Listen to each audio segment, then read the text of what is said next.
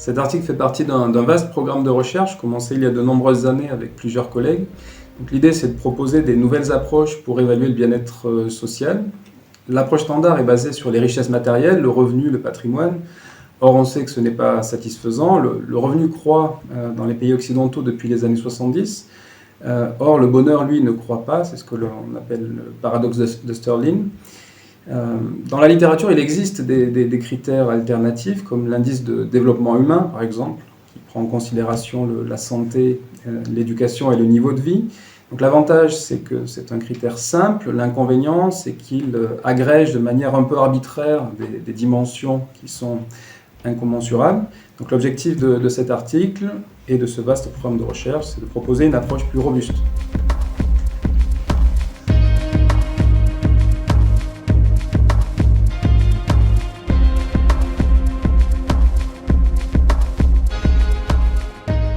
Donc le point de départ, c'est de considérer une population d'individus caractérisée par un certain nombre de dimensions, par exemple la santé, le revenu ou le niveau de vie.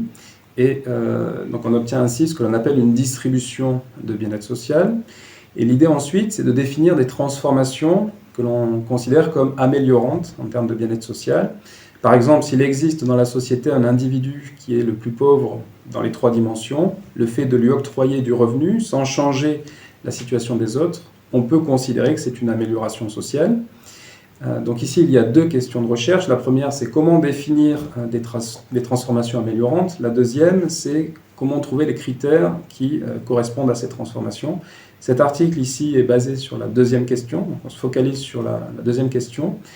Étant donné les transferts que l'on nous fournit, les transformations, s'ils respectent certaines propriétés, l'article montre comment obtenir les critères statistiques correspondants.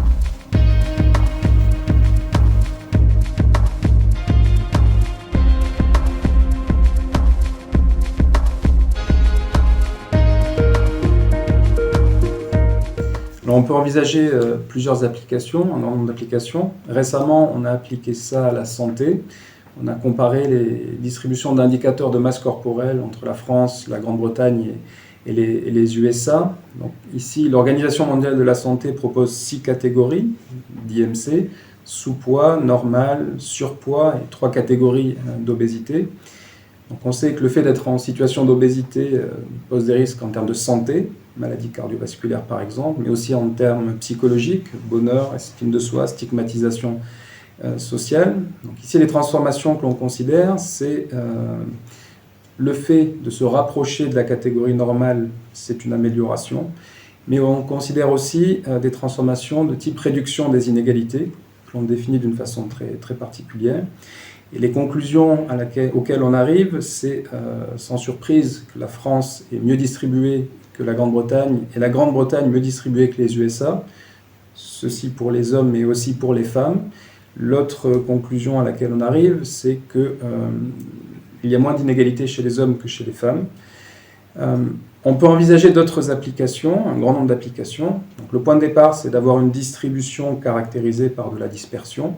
Et on peut appliquer ça, par exemple, à la biodiversité, la mesure de la perte de la biodiversité. On peut envisager d'autres applications aussi dans un grand nombre de domaines.